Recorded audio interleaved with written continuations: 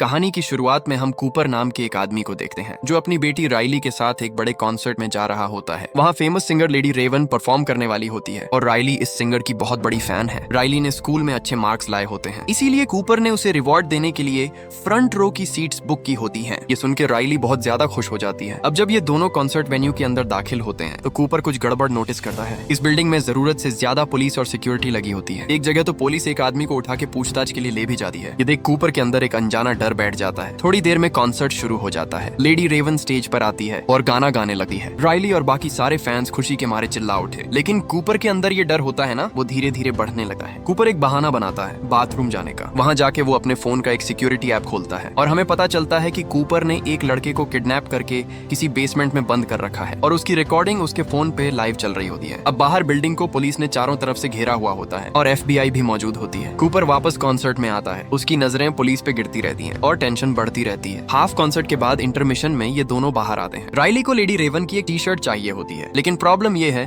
कि उस साइज में सिर्फ एक ही टी शर्ट बची होती है और एक दूसरी लड़की भी वैसी ही टी शर्ट लेने की जिद कर रही होती है। कूपर अपनी बेटी को समझाता है कि वो लड़की टी शर्ट ले ले और राइली एक अच्छी बेटी की तरह मान जाती है। ये देख के वहाँ काम करने वाला एक एम्प्लॉई जेमी बहुत इंप्रेस होता है। वो कूपर से कहता है कि जब नया स्टॉक आएगा तो मैं राइली के लिए टी शर्ट अलग से रख दूंगा। अब कूपर समझ जाता है कि जेमी ने उसके ऊपर पूरा भरोसा कर लिया है। कूपर इस मौके का फायदा उठाता है और जेमी से पूछ लेता है कि इतनी ज्यादा पुलिस और सिक्योरिटी यहाँ क्यों है। अब जेमी कहता है कि वैसे तो ये टॉप सीक्रेट है, लेकिन फिर भी मैं तुझे बता देता हूँ। वो बताता है कि तूने फेमस सीरियल किलर बुचर के बारे में सुना है ना, जो लोगों को किडनैप करके उनके टुकड़े टुकड़े कर देता है। पता चला है कि वो किलर आज यहाँ आने वाला है। ये पूरा कॉन्सर्ट उसे पकड़ने के लिए एक ट्रैप है। हर एक एग्जिट पर पुलिस खड़ी है और सिर्फ बैक स्टेज का एक रास्ता है जहाँ से बाहर निकला जा सकता है, लेकिन वहाँ आम लोगों का जाना अलाउड नहीं होता। ये सुन के कूपर की सांस अटकी रहती है, क्योंकि वो सीरियल किलर बुचर कोई और नहीं बल्कि कूपर खुद है। कूपर अब बाहर निकलने का रास्ता ढूंढने लगता है। वो नोटिस करता है कि यहाँ के सारे दरवाजे एम्प्लॉइज के ID कार्ड से ही खुलते हैं और हर एग्जिट पर पुलिस खड़ी है। वो एक लड़की देखता है जिसने बहुत ज्यादा पी राखी होती है। कूपर चुपके से उसे सीढ़ियों से धक्का दे देता है। उसके आसपास भीड़ जम जाती है। कूपर इस भगदड़ का फायदा उठा के बाहर निकलने की कोशिश करता है, लेकिन दरवाजे के बाहर और भी ज्यादा पुलिस होती है। वो मजबूर होकर वापस कॉन्सर्ट में आ जाता है। अब स्टेज पर नेक्स्ट सॉन्ग के लिए लेडी रेवन अपने एक साथी सिंगर पार्कर को बुलाती है, जो स्टेज के नीचे से निकलकर बाहर आता है। कूपर वो रास्ता देख लेता है और उसके दिमाग में एक आइडिया आता है। वो राइली से कहता है कि चलो स्टेज के नीचे चलते हैं, लेकिन राइली सीधा मना कर देती है। अब कूपर फिर से जेमी के पास आता है। जेमी बताता है कि वो अभी नया स्टॉक लेने स्टोरेज रूम जाने वाला था। कूपर पूछ लेता है कि क्या मैं भी तुम्हारे साथ चल सकता हूँ, और जेमी मान जाता है। स्टोरेज रूम में जाके जेमी कूपर से पूछा करता है कि तुम क्या काम करते हो। कूपर कहता है कि मैं एक फायर फाइटर हूँ। जब जेमी टी शर्ट का बॉक्स उतार रहा होता है तब कूपर चुपके से उसका ID कार्ड चुरा लेता है। फिर कूपर जेमी से मजाक मजाक में पूछ लेता है कि तुम्हारा सीक्रेट कोड क्या है, और जेमी सीधा बता देता है कि मेरा सीक्रेट कोड हैमिल्टन है। इसके बाद जेमी एक टी शर्ट निकाल के बिना पैसे के कूपर को दे भी देता है। अब ये दोनों वापस ऊपर आते हैं और कूपर तुरंत जेमी के ID कार्ड को यूज करके एक दरवाजा खोलता है। अंदर जाके वो देखता है कि वहाँ पुलिस की एक सीक्रेट मीटिंग चल रही होती है। कूपर बिल्कुल नॉर्मल अंदाज में कॉफी लेने वाला बंदा बन के खड़ा हो जाता है। किसी को कोई शक नहीं होता। जाते जाते वो एक पुलिस रेडियो भी चुरा लेता है। अब कूपर वापस कॉन्सर्ट में आ जाता है और उस रेडियो पर पुलिस की पूरी प्लानिंग सुनने लगता है। रेडियो पर उसे पता चलता है कि इस पूरे ऑपरेशन की लीडर एक बूढ़ी डॉक्टर है जिसका नाम डॉक्टर ग्रांट है। उसका काम है किलर की पहचान करना। असली बात यह है कि किलर कैसा दिखता है ये किसी को पता नहीं। पुलिस को बस इतना पता है कि वो एक आदमी है। अब कूपर अकेले बाहर निकलने का प्लान बनाता है और अपनी बेटी से कहता है कि मैं क्रेडिट कार्ड भूल गया हूँ, बाहर जाता हूँ। अगर तुम खो जाओ तो सीधा पार्किंग एरिया में आ जाना। बाहर आके कूपर एक फायर अलार्म देखता है। वो सोचता है कि अगर ये अलार्म बजा दूं तो भगदड़ मचेगी और भीड़ में छुप के मैं निकल जाऊंगा, लेकिन अभी वो अलार्म बजाने ही वाला होता है कि रेडियो पर डॉक्टर ग्रांट की आवाज आती है। वो कहती है कि किलर जरूर लोगों को पैनिक करने की कोशिश करेगा, जैसे झूठा बॉम्ब का फोन करना या फायर अलार्म बजाना। अगर ऐसा कुछ होता है तो सिर्फ औरतों और बच्चों को बाहर निकाला जाएगा और मर्दों को रोका जाएगा। ये सुन के कूपर का प्लान फेल हो जाता है। अब कूपर छत से भागने का सोचता है, लेकिन वहाँ पुलिस खड़ी होती है। उसकी नजर किचन पर जाती है। वो स्टोव का टेम्परेचर फुल पर सेट करके उसमें कांच की बोतलें फेंक देता है। थोड़ी देर में बॉटल्स फटती हैं और उसमें से उबलता हुआ तेल बाहर निकल के एक लड़की पे गिर जाता है। वो लड़की दर्द से चीखने लगती है। पुलिस उसकी मदद करने के लिए भागती है और कूपर एक एप्रन उठा के छत पर पहुंच जाता है, लेकिन छत पर भी दो पुलिस वाले होते हैं। वो कूपर से पूछते हैं कि तुम यहाँ क्या कर रहे हो। कूपर कहता है कि किचन में एक एक्सीडेंट में मेरी दोस्त जल गई, मुझसे वो देखा नहीं जा रहा था तो मैं यहाँ आ गया। पुलिस उससे सीक्रेट कोड मांगती है। कूपर हैमिल्टन बोल देता है जो उसने जेमी से निकाला था। फिर आईडी मांगती है। कूपर अपना एप्रन चेक करता है जिसमें किसी दूसरे एम्प्लॉय का वॉलेट निकलता है जिसमें पुलिस का दिया हुआ कार्ड भी होता है। कूपर वो कार्ड दिखा देता है और पुलिस उसे एम्प्लॉय समझ के जाने देती है। छत से भागने का यह प्लान भी फेल हो जाता है। इतने में राइली अपने बाप को ढूंढते बाहर आ जाती है क्योंकि वो बाकी कॉन्सर्ट उसके साथ देखना चाहती है। कूपर वापस कॉन्सर्ट में आ जाता है और समझ जाता है कि आज तो उसका गेम खत्म होने वाला है। लेकिन तभी राइली एक बात बताती है। वो कहती है कि लेडी रेवन अपने कॉन्सर्ट में एक रैंडम फैन को चुन के स्टेज पर डांस करने का मौका देती है और उन्हें बैक स्टेज भी जाने दिया जाता है। बैक स्टेज का नाम सुन के कूपर की आंखों में चमक आ जाती है क्योंकि वो अकेला ऐसा रास्ता होता है जहां पुलिस नहीं होती। लेकिन प्रॉब्लम ये है कि इतने सारे फैंस में रेवन सिर्फ राइली को ही क्यों चुने। कूपर एक क्रू मेंबर के पास जाता है और रेवन की बहुत तारीफ करने लगता है। वो क्रू मेंबर बताता है कि वो एक्चुअली रेवन का मामा है। अब कूपर मामा को कहता है कि मेरी बेटी राइली रेवन की बहुत बड़ी फैन है और वो झूठ बोलता है कि राइली को कैंसर था। लेकिन आज इस कॉन्सर्ट में आकर वो बहुत खुश है। ये सुन के मामा को राइली पर तरस आता है और वो राइली को आज की ड्रीम गर्ल बना देते हैं, यानी लेडी रेवन के साथ स्टेज पर डांस करने वाला मौका मिलेगा। राइली बिल्कुल खुश हो जाती है। इन्हें स्टेज के पास ले जाया जाता है। रेवन राइली को स्टेज पर बुलाती है और दोनों डांस करने लगते हैं। तभी कूपर को स्टेज पर एक लड़की दिखती है जो बेहोश होने वाली होती है। कूपर जल्दी से उसे उठा के मेडिकल रूम में ले जाता है। क्रू मैनेजर ये देख के बहुत इंप्रेस होती है कि कूपर कितना भला आदमी है। डांस खत्म होने के बाद मैनेजर इन दोनों से कहती है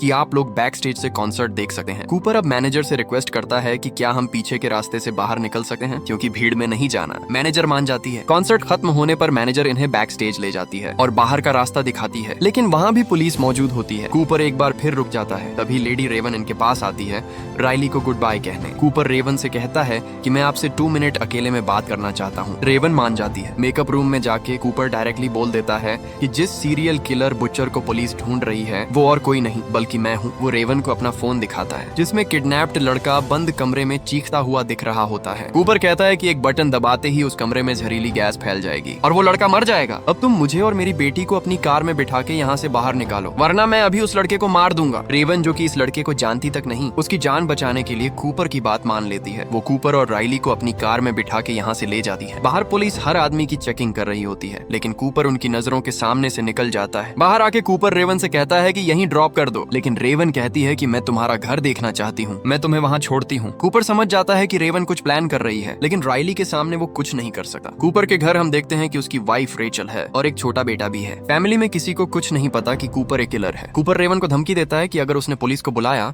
या फैमिली को कुछ बताया तो वो लड़के को मार देगा। रेवन फैमिली के साथ बैठ के खाना खाती है। टेबल पर बैठ के वो ये भी बोल देती है कि उसका कॉन्सर्ट बुचर नाम के किलर को पकड़ने का ट्रैप था। ये सुन के कूपर बेचैन हो जाता है और कहता है कि आप बहुत बिजी होंगे, आपको निकलना चाहिए। लेकिन रेवन कहती है कि मैं जाने से पहले एक गाना गाना चाहती हूँ इनके पियानो पर। वो राइली को भी अपने पास बिठा लेती है। कूपर एक अच्छे डैड की तरह दोनों की वीडियो रिकॉर्ड करने लगा है। लेकिन गाना खत्म होते ही रेवन कूपर का फोन छोड़ के सीधा बाथरूम में जाती है और दरवाजा अंदर से बंद कर लेती है। कूपर दरवाजा ठोकने लगता है और फोन मांगने लगता है। फैमिली को समझ आ जाता है कि कुछ तो गड़बड़ है। रेवन अंदर से उस किडनैप्ड लड़के स्पेंसर से बात करती है और पूछती है कि वो कहाँ है। स्पेंसर बताता है कि मुझे एक टूटी हुई शेर की मूर्ति याद है और उस घर का दरवाजा ब्लू कलर का था। ये सुन के रेवन सीधा अपने इंस्टाग्राम पे लाइव जाती है और अपने फैंस को कहती है कि एक टूटी शेर की मूर्ति के पास एक घर है जिसका दरवाजा ब्लू कलर का है। अगर किसी ने ऐसी जगह देखी है तो उस घर के बेसमेंट में जाओ और एक लड़का बंद है, उसे बाहर निकाल लो। इसके बाद वो अपने ड्राइवर को मैसेज करती है कि जल्दी पुलिस को यहाँ बुलाओ। भी कूपर मास्टर की से दरवाजा खोल के अंदर आ जाता है। उसने अपनी पूरी फैमिली को ऊपर के कमरे में बंद कर रखा होता है। वो रेवन से फोन ले लेता है और चेक करता है कि स्पेंसर को कोई ले गया। ये देख के कूपर बहुत गुस्से में आता है। वो रेवन को अपनी कार में बिठा के यहाँ से भागने लगा है लेकिन पार्किंग के बाहर उसकी फैमिली खड़ी होती है। वो लोग खिड़की से बाहर निकले थे और घर के पास वाले पेड़ से उतर के नीचे आ गए थे। कूपर को यकीन नहीं होता कि इतना स्मार्ट होने के बाद भी